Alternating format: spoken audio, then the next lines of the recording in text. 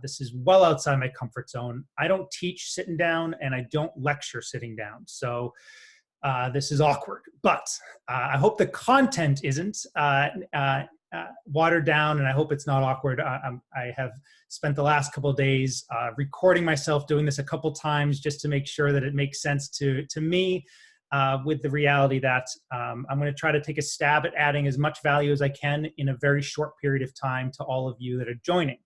And it is so good to see some names in this group, names that I haven't heard in a while or I haven't been in touch with in a while. So welcome, and I hope you all are safe, and I hope you are making the best of this opportunity or this time period.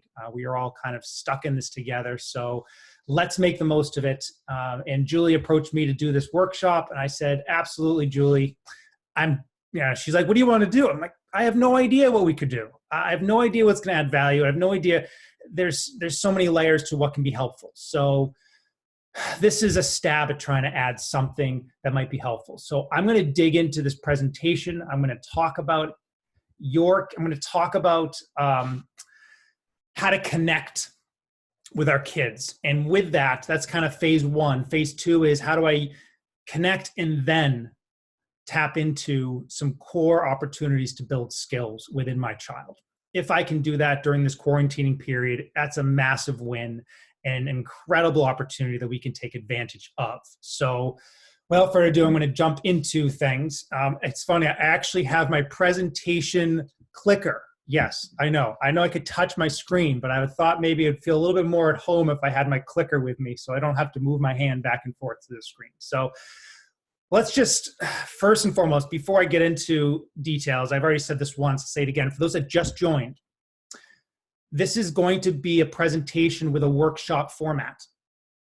That being the case, I'm going to ask you to do some work. As a teacher, I do the same thing with my students. And as a presenter, I do the same thing with my audience. I'm going to ask you to do some work. So I'm going to have some questions that you want to answer about the child that's on your mind or children that are on your mind, okay? And from those questions and the answers that you start to generate, you're going to go back to that and you're going to dig into those answers after this presentation. And hopefully, ideally, that's where the value comes in from this presentation, is you really have some takeaways that are really drilling down to exactly what you have on your mind regarding your child. Okay? But let's kind of look 30,000 feet for a second, and let's remember what our goals are as parents. And because it kind of keeps us really grounded from a high level. What's our mission here? And we can all kind of rest our kind of common thinking in this in a goal like this. And then, so from a workshop overview, there's 3 parts. I think I'm only going to get through part 1 and 2. Why? Because I'm going to try to get through this presentation in about 30 minutes. And then I want to open up for questions. Okay, so generate your questions, throw them into the chat right now if you have any as I go through this, okay? And we'll start to filter out those questions. If I can tap into a question instantly, I will. If not, we're going to save them to the end, and we'll try to run through questions that might be related to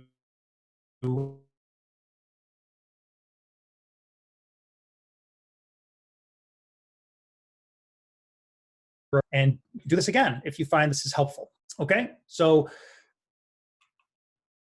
let's look at this term called connecting as it shows up in this presentation or in the title, connecting with our kids. What does it mean to connect with our kids? Well, when we think about this connection, this aligning with our children, there's different levels here. There's different layers. There's the emotional layer, there's the behavioral layer, there's the family layer, and the cognitive layer. And I'm using these 4 categories because I'm going to talk about them. I'm going to dig into those 4 categories. But you have the emotional connection, and you can combine them, right? An emotion behavioral one could be a hug, but an emotional one is really where you affirm your child. Behavioral one, or reaffirm the state that your child might be in, and you make that connection. Maybe eye contact, whatever it is, but there's always this opportunity for an emotional connection. Behavioral connection is maybe activities, things you physically might do with your child that build that connection. I don't care if it's doing a puzzle together, doesn't matter. Then there's the family connection. I'm going to talk a lot about that today as well. I think during this quarantine period, we are fortunate. If we frame it the right way and we see the silver lining, we're fortunate. We have an opportunity to align family values stronger than we've ever had in the past, because we've severed the overscheduled busyness of the life that we used to live. And if we can see the silver lining in that, then let's see what we can do with it. And then that fourth area is the cognitive connection. And this is where, if we do this connection correctly, if we build this connection with our children correctly, we can start to help our children integrate their brain. And this is really, really, really awesome stuff. So we're going to get into that a little bit as well. Okay. Once we connect, we tap into this limitless possibilities in family values. I'm going to talk about self-efficacy, emotional strength, and brain integration. Okay. So, whoops. All right. So I just got overworked there. All right. First homework assignment, or first assignment for you, is I want you to take a minute and I want you to, top of your paper. So you have your notebook, right at the top of your paper, one child that's on your mind. Okay, we're going to start on one. You can tackle the rest later, but keep it simple. Write down the one child that's on your mind. The reason you joined this talk. Maybe it's a child you have in therapy. Maybe it's a child that's sitting across from you in the kitchen as you feed them lunch. Just think of the one child. Okay? Now I want you to, under there, I want you to think of your child at the age of 25. Right? And I want you to think of your child, and who are they? What college did they go to? What career do they have? Where do they live? What characteristics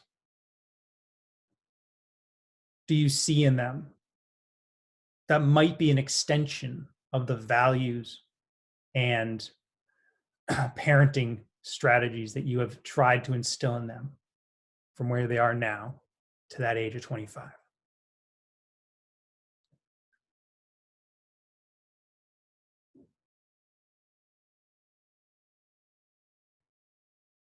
Okay, that's a powerful exercise. Now, what's going to happen in these workshop phases of this presentation is I'm going to pause, give you a chance to think, and then I'm going to stop you and have to move on. What I'm doing in that process is I'm helping you to initiate a question and an answer sequence that you'll go back to. All right, so give yourself some space as you think about these questions. Now back to now.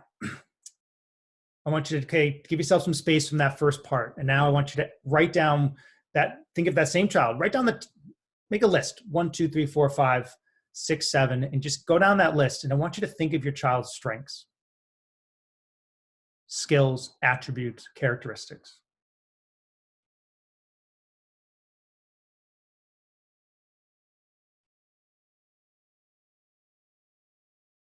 Okay.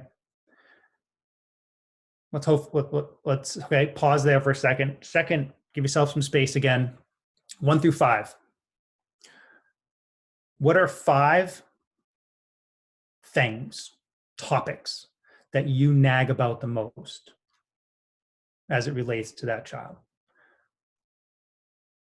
Nagging is a good word. All of our kids can relate to what that means. It's just a term our kids use more than us, right? But what is it? What are 5 things that you might complain about, point your finger at, right? Okay, next question. What are your fears as it relates to your child? Maybe 1, maybe 2, maybe 20. I fear that my child might be living in my basement at the age of 25. Whatever it is, there's no judgment here. It's just, what are your fears? What might keep you up at night? And what might, I don't know, be the driving force for you being part of this presentation? Doesn't really matter. There's no judgment in that, but we should recognize them. Okay, cool.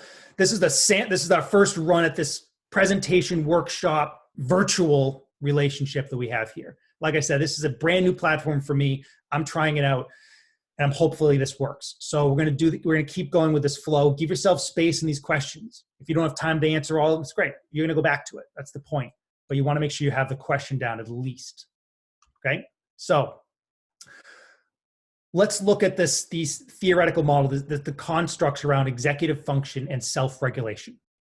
Okay, I have to do that. We're going to talk about, because as parents, I want to teach you how to teach your kids how to develop these skills. Okay, so when you talk about executive function, you talk about self-regulatory skills.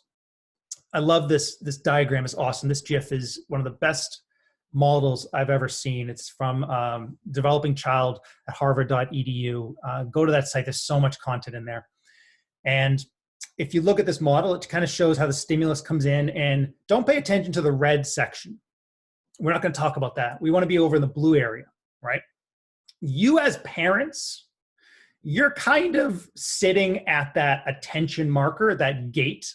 That's you, right? And where you are right now in this presentation is we're going to start working on how to strengthen our child's relationship as it relates to information coming into the brain, filtering through these self-regulatory constructs and executive function constructs, and how to help our children take that information purposefully and use it. So that when see the arrow going back out? So as that information is then being used, they're building skills and they're learning and they're growing, okay? So from an executive function perspective, there's 3 cognitive-based constructs I want us to keep in mind: working memory, inhibitory control, cognitive flexibility.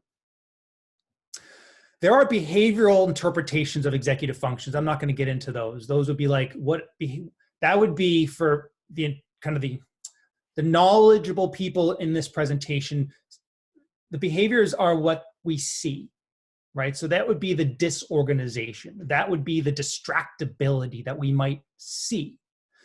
These areas that we're talking about are cognitive based. We don't necessarily see them. They exist within the brain, within the mind. So, but these are really, this is where we want to spend as much time as possible as parents. So working memory, ability to hold information in our mind. Inhibitory control is the ability to master thought, or impulse control, right? And to resist temptation. Okay, and the cognitive flexibility, cognitive rigidity, plays out in this being able to switch between where I am right now, task and space, and other events, but also the cognitive flexibility, being able to switch emotions, right? So these 3 things play out, those are the cogs in the wheel that I just showed in the diagram, right? So that's the as it comes down, and you see that blue arrow coming down to the right-hand side, and you see those cogs. That's what we're talking about right now. That's the model that we're going to use. And then self-regulation. Self-regulation is there's a lot of information right here. There's a lot of language here, but when we talk about self-regulation, we can also talk about self-efficacy, right? And what we're talking about is the ability of oneself to monitor, judge, and react to their own behavior, right? So in a part of that is we want to always be helping our children develop that relationship around what do I look like, right? So how do I monitor my own behavior? How do I monitor my, I want to also put in next to the word behavior, I want to put thoughts. And I also want to put in mood, right? So the emotions. So how do I help my child monitor the behaviors, thoughts, and emotions? How do I help my child judge the behaviors, thoughts, and emotions? How do I help my child react to behaviors, thoughts, and emotions? Wow, if I can get my child 10%, 1% better at that over time, well, compound interest, that's ridiculous improvement. So that's why we have to always talk about the relationship, not just about executive functions, but we talk about executive functions in relationship to self-regulatory skills, okay? So that when we are helping our children navigate the stimulus response cycle,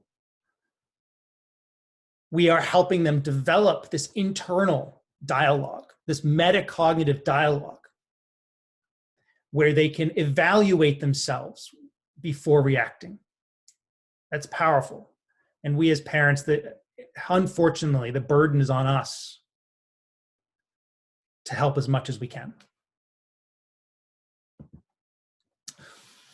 Well, where do we start? Well, we start with building connections within the family, period. There's nothing more powerful. I don't care if your child is 7 years old or 17. How they connect with the family determines so much about who they are and who they become. So, family time to build connections. I used to be on a soapbox just a month or two ago about overscheduled and the burden of not having time and not having time to help our kids and not having time to help them solve problems. We had such little time that we would solve the problems for them because we just got to go. We got to go. We got to go. We got to go. And you're like, okay, I don't have to go. Actually, I can't go. I'm forced to stay home. Maybe in this massive shift, we've created an opportunity, maybe. And how do we take advantage of that? Well, we have to now see our way through that. I connect with my child in a way around norms, all right? Maybe it's chores, maybe it's interactions, maybe it's activities, maybe it's about responsibilities, maybe it's around obligations. How I connect is where I start to build the bridges. Okay, so we think about who I am as a parent and that relationship, emotional, behavioral, cognitive relationship I want to form with my child.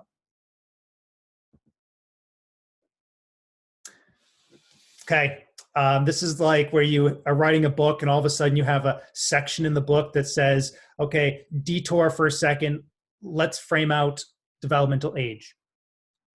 Some children truly struggle because they're 16 and their developmental age is probably that of a 12-year-old.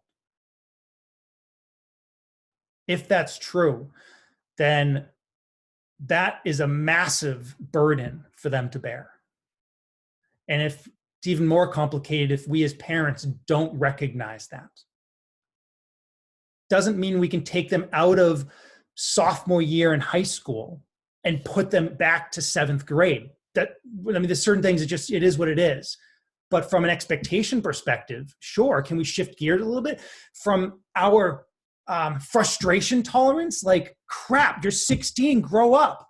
Well, no, like I can't, I have to be a little more authentic to maybe where my child is developmentally and shift and change how I connect with them that might be more developmentally appropriate. Okay. Okay, exercise for you. Consider the current state of affairs for your child's development. Now consider priorities and expectations that frame your family values. Now, again, think of this in terms of increasing connections with my kids. Things might be really stressful at home. Guarantee you they probably are. How do I reframe where I want my family to be around this child and this one child I have in my mind, right? So first of all, let's just recognize some things. What is their developmental age?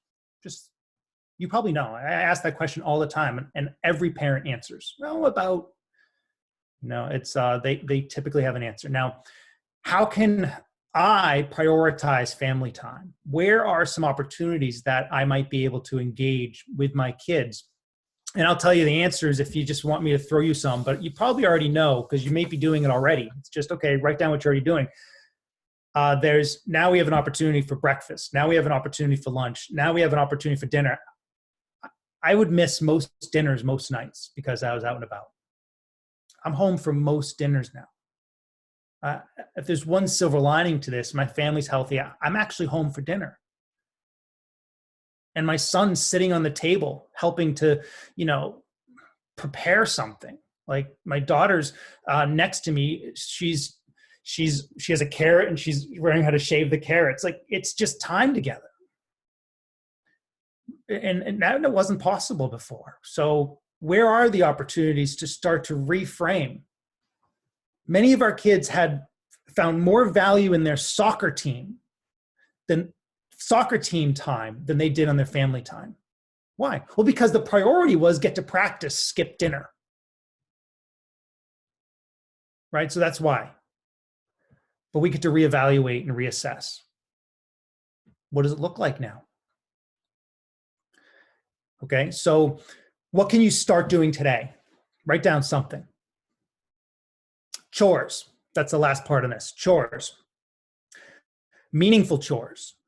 You want to build a child's confidence. You want to build a child's affirm their place on this planet.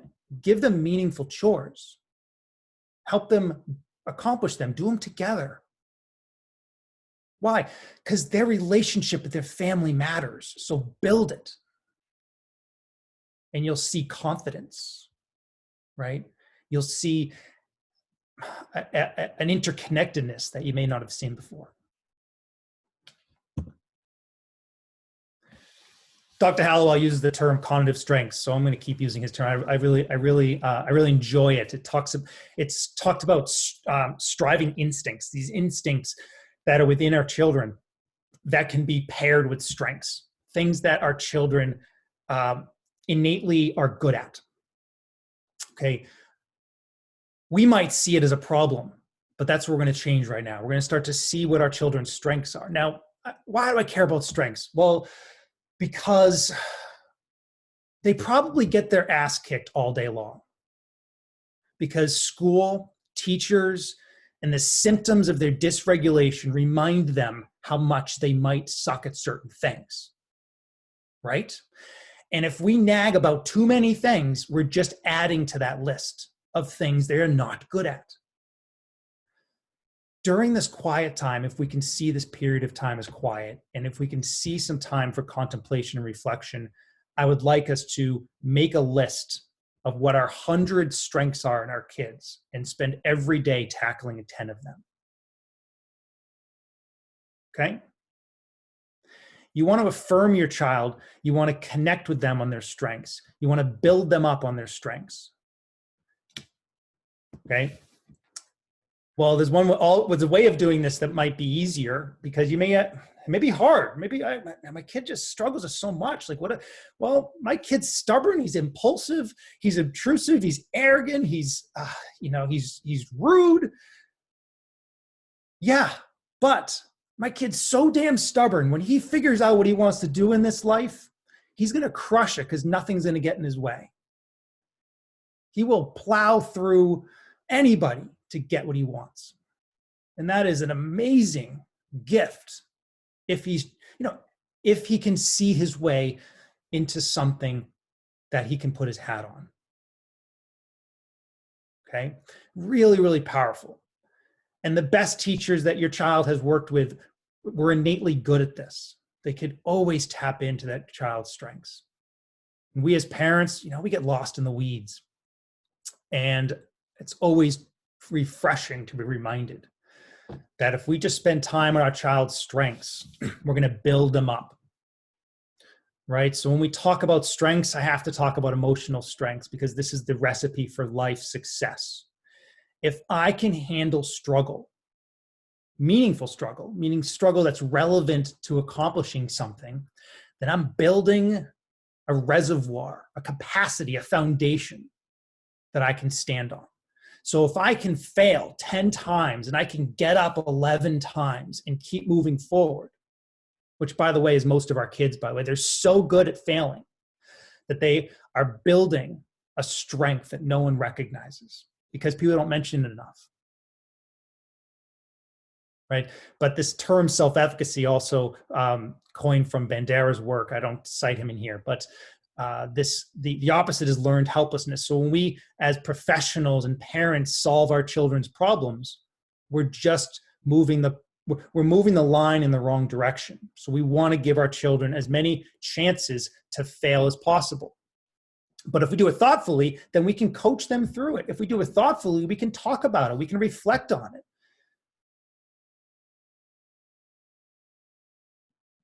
So we can foster this internal strength by using that language within the home, using that language, how we address it. Just, boy, I love watching you struggle. What do you mean you love watching me struggle? I just love watching you struggle. Like you just never give up. Yeah, you cry. You might have a temper tantrum or two, but you know what you end up doing? You end up brushing yourself off. You get back up and you go and you figure it out. I do. Yep. that might be 10% true, but in that moment, if you catch it at the right time, wow, I have a feeling that made a difference in that one moment.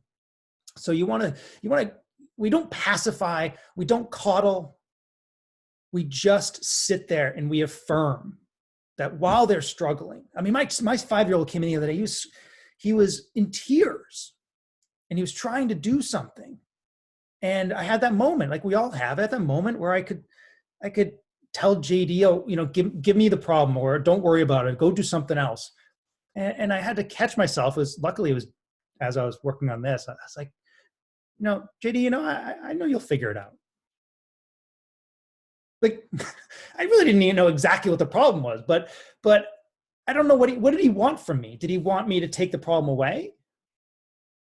So connecting like that moment to connect, I didn't take the problem from him. I affirmed him and gave him a chance to work through it. He did. So we can just build them up. And that's from the inside out. But as parents, as a family, this is what our children rely on. They lean on more than we, maybe sometimes more than we recognize. Exercise, you ready?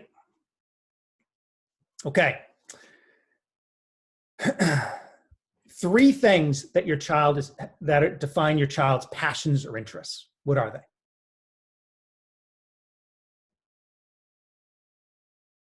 Now, I have one of my students is really good at math, but hates it. It's okay. I still tell him, you may find yourself an amazing accountant someday. Well, but I hate math. You just haven't found out what use it provides you right now, but you're good at it.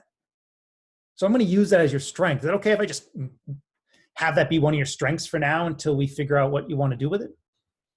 Yeah. He's like, sure. So it's okay if they don't like it. You just know what their strengths are. You know what what their interests are based on what they're good at. Because they could change over time. Weaknesses. What are weaknesses that could be framed out as strengths? What are 2 areas that I might want to just let go and let my child just fail and learn, and I can be there to provide support? Just maybe there's a couple things. What comes to mind?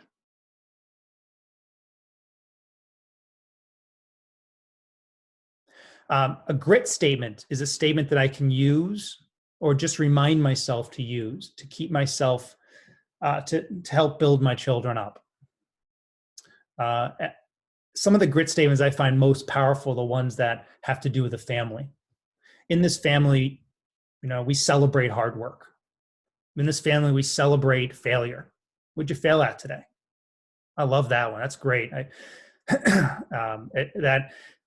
That can help to alleviate any potential perfectionist mindset in a young child. And a child that might be afraid of failure, and you already see it at a young age because they don't want to do something because they're not good at it.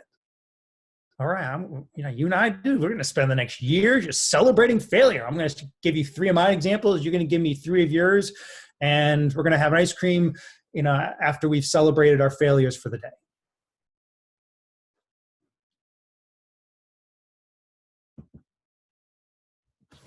Okay. I love this part of these slides. So this has to get to kind of the meat of cognitive training.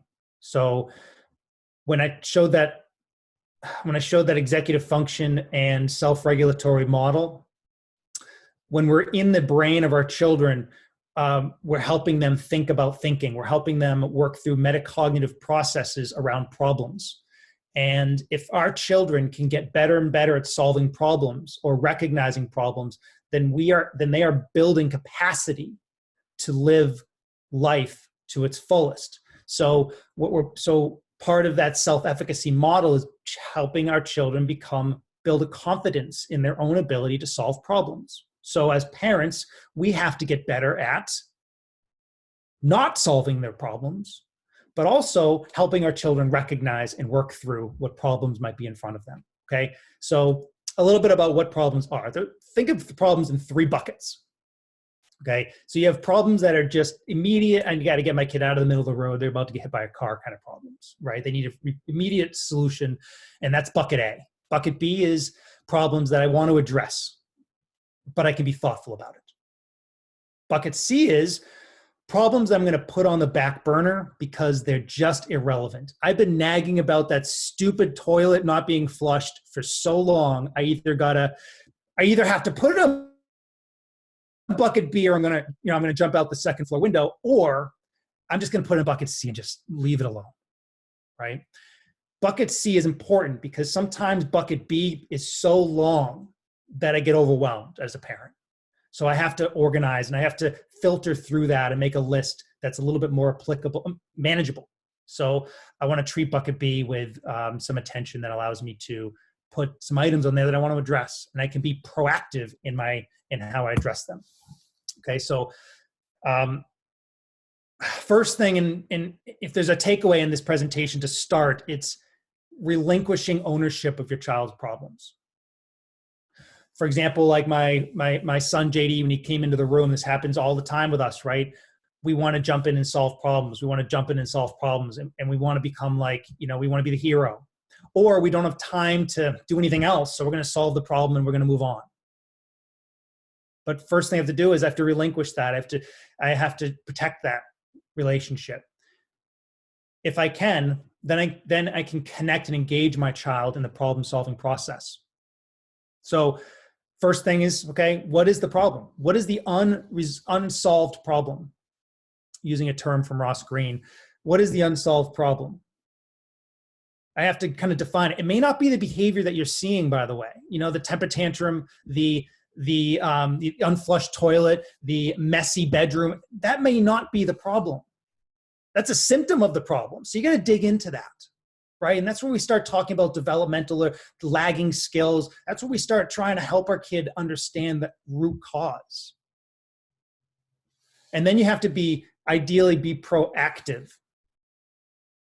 Because the truth is I was talking to a parent the other day, is we know what our kids are going to do, and we know what problems are going to come up. So all we want to do is take a minute and be proactive in addressing problems before they become a problem again. Because there may be chronic things like we nag about that we can use proactively and we can address proactively. When we address them, third thing you want to keep in mind is I want to be inclusive and I want to be collaborative. Even with a 5-year-old, you have to with a 16-year-old, but even with a 5-year-old, you can be inclusive and involve your children whenever you have an opportunity to solve a problem and get them involved in the problem, in the brainstorming, and in the possible solutions, and if necessary, consequences if the problem warrants it. Okay. This connect and redirect refrigerator worksheet, it's a link. You can Google it. It's really cool. Especially if you're really dealing with some drama-related challenges, some discipline that might need to be enforced. This refrigerator sheet is great resource. Anything from Dan Siegel or Tina Payne Bryson is awesome. The Whole Brain Child, I don't have referencing here at all, but absolutely worth getting if you are motivated to work through challenges with your child, getting into the brain and understanding the brain chemistry and why children do what they do can be really affirming to keep us as parents detached from the problem, right? It keeps us a little bit more clinical in our perspective as opposed to emotional parenting, which can obviously kind of make things worse. Okay, so let's imagine you've done some things right. You have relinquished that the problem's not yours, so you're not going to solve it. And you're going to start to connect. You're going to start to really take active initiation with your child to start to help them work through problems, right? And let's say you're going to start with something. You want some language. David, how do I start that? Well, first I have to not jump in and solve my child's problems. That's step one. Don't do it. Okay, I can try to catch myself doing that. So how do I replace, what's the replacement behavior then, David? Well, Ross Greene would keep it simple. He would say, if you're tackling the plan B problems, or if you're tackling the bucket B problems, he would say take a plan B approach and just ask non-judgmental, open-ended question. I notice you're struggling with whatever it is. What's up?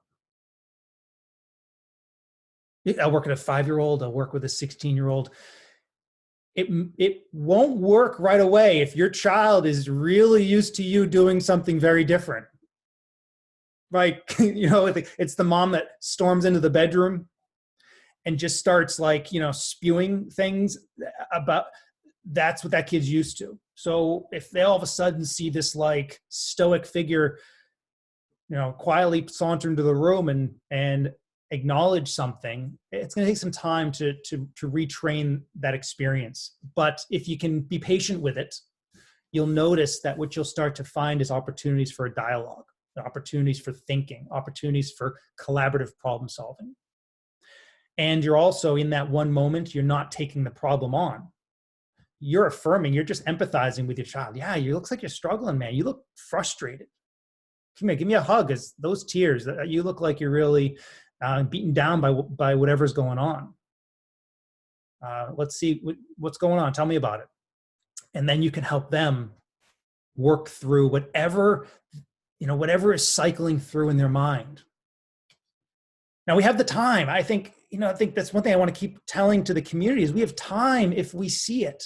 Now, sure, we're still at home. We have me and my wife, we're still working and you're still trying to pay the bills, but you still have time.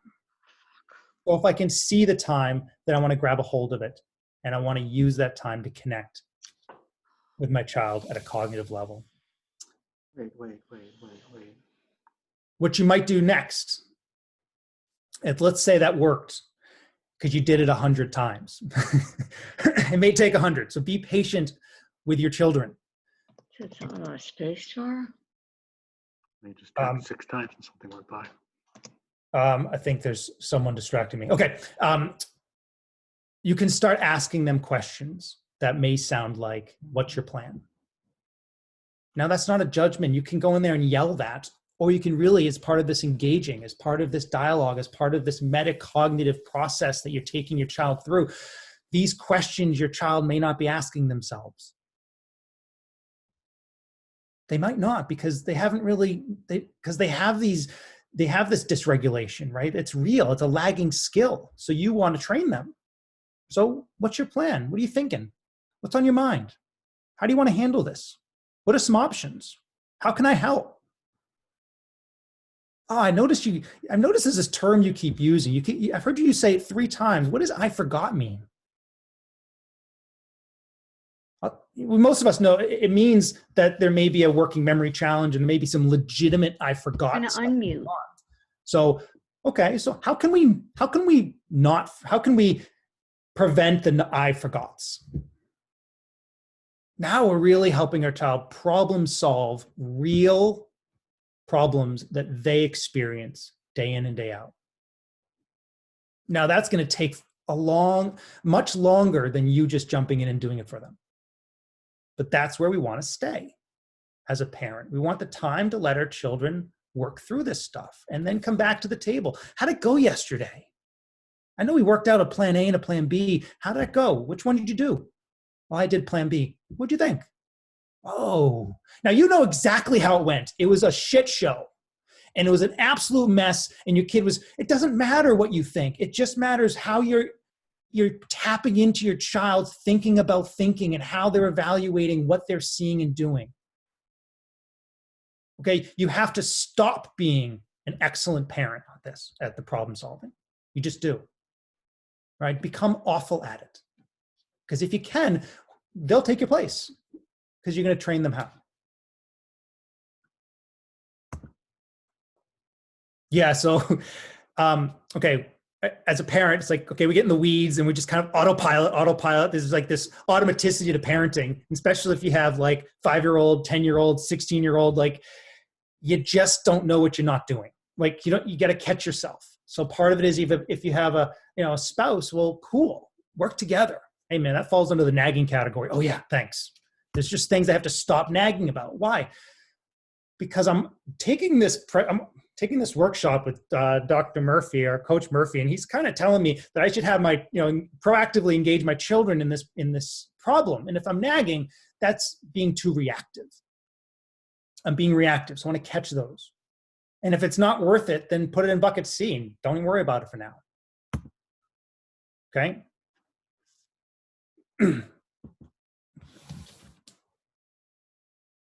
Okay, exercise. Here's your workshop questions. You ready?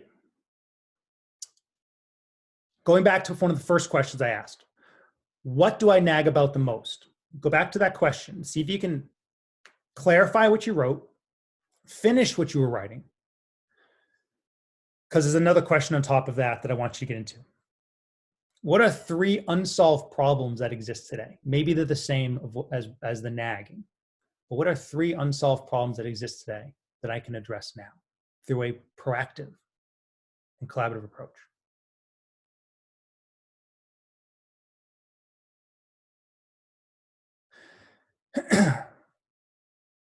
Now, a caveat to problems, there's the reality that sometimes we see it as a problem, but our child doesn't, right? I've been working through this topic with one of my families, and there's this amazing opportunity for this young man to do crew, and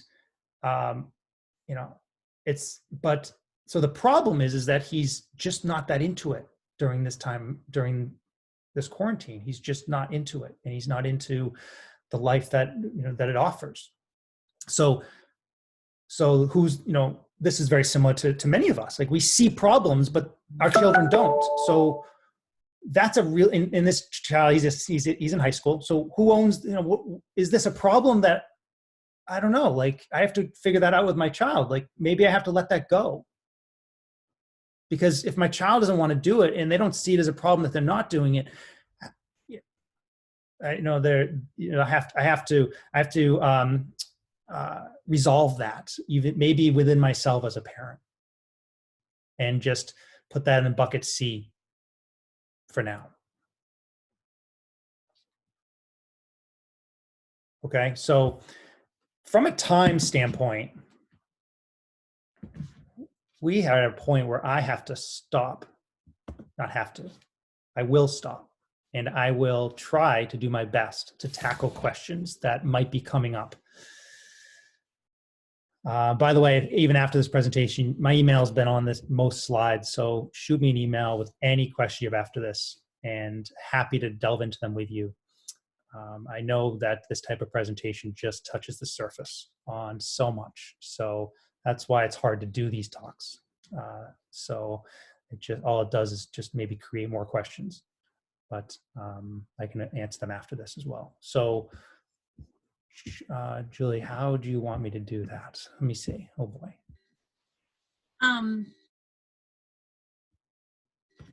Oops, sorry, I was on mute. You mean, how do you want to go over the chats?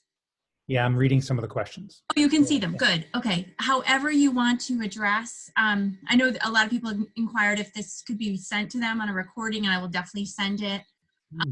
But yes, some great questions here. Wherever you want to start.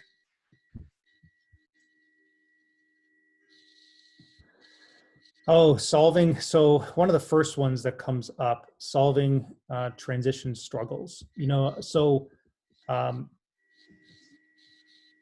There is this is so many. So this kind of goes into this rigid, this rigid thinking, right? Or cognitive rigidity, and there's usually kind of an emotional. There's an emotionality to trying to break that. Right. So I'm in a zone, I'm in a place, I'm in a state of mind, but I'm supposed to shift into another state of mind. Sometimes it's shifting from a preferred activity to a non-preferred activity. Doesn't really matter what it is, but in the moment it's not much you can do about it except get through it. What you want to try to do as much as possible is proactively label it with your kid, right? Try to name it and have them help you into why these transitions are hard, And what could be some areas to make them, ways to make them easier. I have a belief, and you probably can share with me, no kid wants to struggle. And no kid wants to not please their parents most of the time.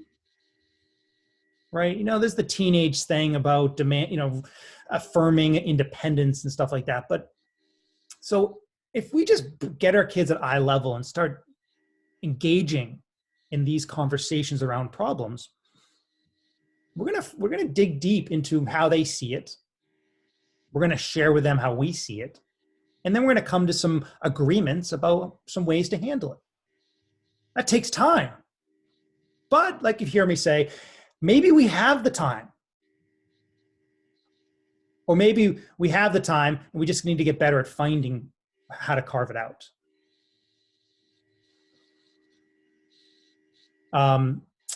When I make schedules with my clients, they make it. I've never made a single schedule for any of my clients or any of my parents. They make it. They are very involved in whatever routines we come up with, a morning routine, an evening routine. Make it theirs, and then dialogue as much as possible around the schedule of things. How's it going? You know how it's going. It's awful. That's okay. It's not a criticism. You just have to ask them. You want to tap into how they perceive it and what's working. Oh yeah, I notice you're getting these two things done pretty well. What do you think is going well? What do you think is still areas that you want to improve in? Whoa, like putting them in the driver's seat of that kind of stuff is powerful. How to get my child to understand the importance of responsibility and accountability without seeming like I'm lecturing at them all the time. That's awesome. There's a truth around a family mission statement that's really powerful. You got to start with something that isn't your voice. It just isn't. You got to get out of that. So whether it's images, whether it's written language that just represents family responsibilities, what it looks and feels like to be accountable. Accountability is a hard term. Responsibility is a hard term. So the younger the child, the more you obviously want to find synonyms to that are more applicable to the age. And then give your child a chance to succeed at whatever those responsibilities are. You can walk through it in the morning. Oh, okay, 7 a.m. You're up and ready to go. Let's quickly run through the things that you need to get done this morning. That sets them up. I'm going to set a timer for 30 minutes. I'll check in, see how you're doing. But it's not easier to do it that way. But you want to build success. Nagging's failure, right? You want to build success. So those would be my suggestions to start. And that'll work for all ages. Pictures matter for kids that are really dysregulated and they have really weak, maybe working memory, or they have really weak processing, or they have really weak episodic memory skills. So pictures can be super powerful. Take pictures of your kids doing the things that they need to be doing. Emptying the dishwasher, doing their work, having a big smile with like an A on a piece of paper that shows that their math assignments have been passed in. Have pictures. Pictures resonate emotionally. So that taps into a really strong part of their cognitive functioning.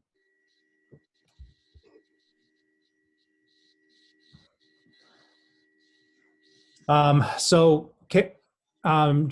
if there's one that jumps out at you that is something you want me to put on the top, I'm just kind of going through it from the. Yeah, there's some great ones here. So throw one that that you've seen that I may not get to too quickly. Okay.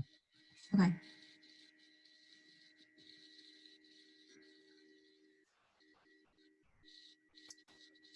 So I haven't talked about school at all. It's a tricky topic without it being the central focus. The topic of the topic would have to be, quarantine, dealing with school. But I think when you talk about unsolved problems, fine, start dealing with the school-related problems. right? But go piece by piece and become specific as possible. One parent is asking, how do I teach skills related to a school or work day or a school day without constantly hovering or nagging? That's a great question. I would sit down with your child and ask them the questions, ask them these questions, get down at their level. I'm noticing that, what do you think of my nagging about this? Well, I hate it, Mom. Okay, that's good to hear, because I don't like it either. What do you think? What do you say we brainstorm some things we might be able to do to help with this? What do you think? Sure. Okay. So you got nothing to lose and everything to gain by that discussion. Now there's going to be some wins. There's going to be some level of improvement, and there'll be some areas that are going to take more time.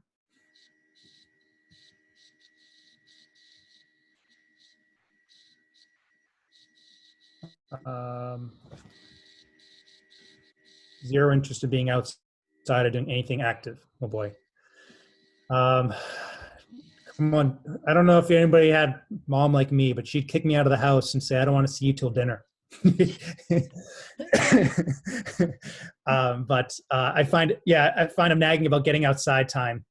And my son has zero interest in being outside doing anything active. Suggestions. It's like exercise. Exercise and being outside are so important. They're so important. And this falls under family values, and it falls under, so if you have to, then you do it together. I mean, if you're not going outside as a parent and you're telling your kids to, maybe they're following your lead. I don't know. Like, I go outside all the time. And when it comes to my wife and myself, I'm the outdoors guy. So, you have to, you take them out with you, morning walks. Every morning we get up and we get outside, and the first thing, I'm saying what you can do is, everyone gets outside and walks the dog together. I've seen more people walking their dogs than I've ever seen before. Kids walking their dogs. It's awesome. I don't think the kid likes it, but I think just if it's a chore, if it's a responsibility, an obligation to your role in the family is to take the dog out for an hour. Okay. It's all good. It may just take some negotiation and working through that problem with your kid to help them be successful at it.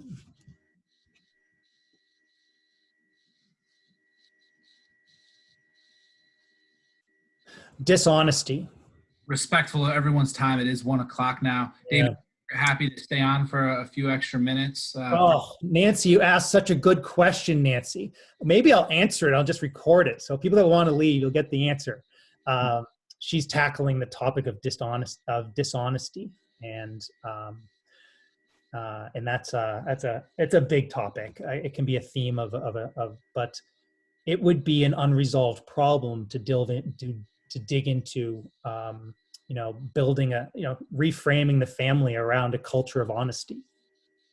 I think there's a lot of adults that kind of got into bad patterns of lying, right? Just about life in general. So lying, dishonesty, there's a recipe in there that's kind of disastrous when you think of long-term life happiness. So teaching honesty as a family value. Well, I'm going to be dishonest with you if I'm punished for being honest. So you have to look at the parenting side of it to be like, how many times am I punishing my child for being honest? Maybe that's someplace to start. And now I have to apologize for my kid. I'm sorry that I've beaten you up so many times for being honest, that you've resorted to other tactics to just pacify me and to move on. And that's come out as dishonesty, maybe. So you have to start celebrating honesty. You got to be brutally honest, and you can't, as a parent, you got to lead the way. You got to handle it if your kid's honest with you. Give me 5 things that I'm going to totally hate that are honest.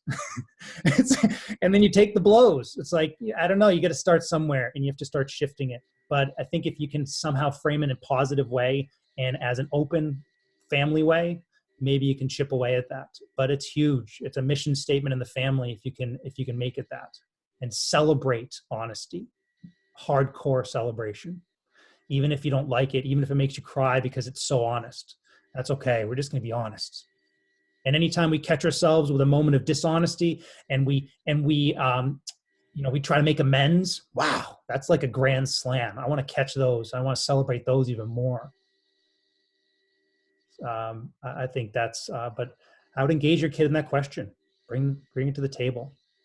It's hard, especially around homework. I think homework is it's a hard topic right now. Some kids are really struggling, and so many parents are helping their kids way too much, but they don't know what else to do right now. I'd get the school involved as much as you can, and let the team know, let the teachers know that the kid's doing about, and then start to, try to ask for help from the school on that. But poor grades don't matter right now. It's going to be pass fail. No teacher is going to be looking to fail a kid right now. If they're doing 55% of the work, they're probably going to pass for the quarter. They're going to get their credit for the most part. If they're on IEP, even more so, because that's a hard argument to win if you're going to try to fail a kid on IEP. But that's why I think, like, redefine expectations right now that are more authentic to your child's strengths. I have a parent that's totally blown up the school. Just be like, you know what? My kid's going to go outside all day, like off the screens. We're going to be doing projects. They're going camping. Like, he's getting his butt kicked with the online world. So she's not interested in watching him define with failure. So you got to do what's best for your kid right now and just be clear with the school what you're doing. Okay. Any question, Julia, that I should try to wrap up with? I think that was amazing. I think the $1 million question for some parents is the whole video game thing, regarding parents have been struggling with the amount of time their kids are on video games, and just curious if you had any ideas about that. I mean, they are interacting with each other, that Nancy had commented here. Yeah. But she said she is against usage to this level for both of her teenagers. So just any thoughts on the amount of time a day that you think video games are okay? The research, I think, sits around 20 hours a week. A week, okay. If you're above 20 hours a week, then you might be falling into into what they would call the profile, developing addictive-like behaviors. But given the state of things, I think it's hard to navigate that, right? If my kid's getting their work done, and all these other obligations and chores, and they're doing okay, like, how do you debate the games? But if they're struggling with everything, and they're fighting every system possible to get more gaming time, then you might be seeing yourself dealing with a kid with a gaming addiction. And that could require interventions. This might be a good time for interventions. It might not. Right. I think I'm happy to dialogue that offline here, because every kid's different. Every teenager's different. Some can handle 30 hours of gaming and it doesn't impact their regulatory, controls around other things in life. Right. They're still eating and they're still sleeping and they're still getting their work done. Other kids, nope. No, they'll play Minecraft for 18 hours a day if you let them, and they won't eat. So, I don't have games in my house ever. They don't exist. Because I don't even know what to do with it, so I don't have it. And my kids are going to hate me for it, but they don't even have cell phones. They're not going to get them until high school. Why? Because I don't know what to do with it. I think the chaos of that is too much. So we play board, but it's hard to backpedal. How do you backpedal? So right now you just redefine norms. You try to have dialogues with your kid as much as possible. Front load all the expectations in the day so that they're earning video game time. Front load them all. I mean, I have parents. I'm telling kids, you go to the grocery store and get a job. They're hiring. I know this is Corona. I get it all, but like, Maybe it adds more value to this kid in life and being a service to others than sitting at home playing video games. So, but those options aren't for everybody at all.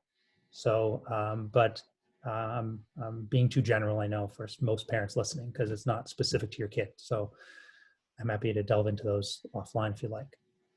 No, that was a great answer. I absorbed it, trust me.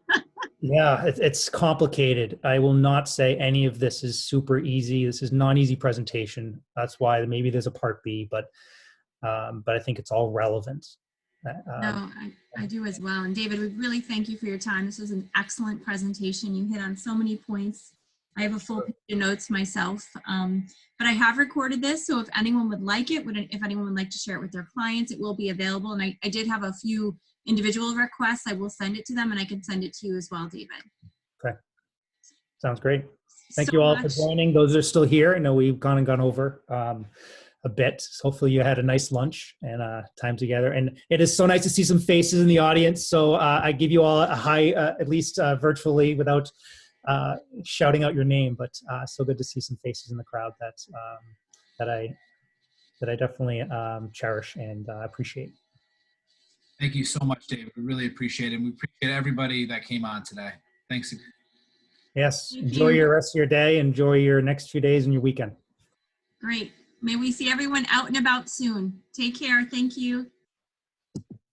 Bye-bye.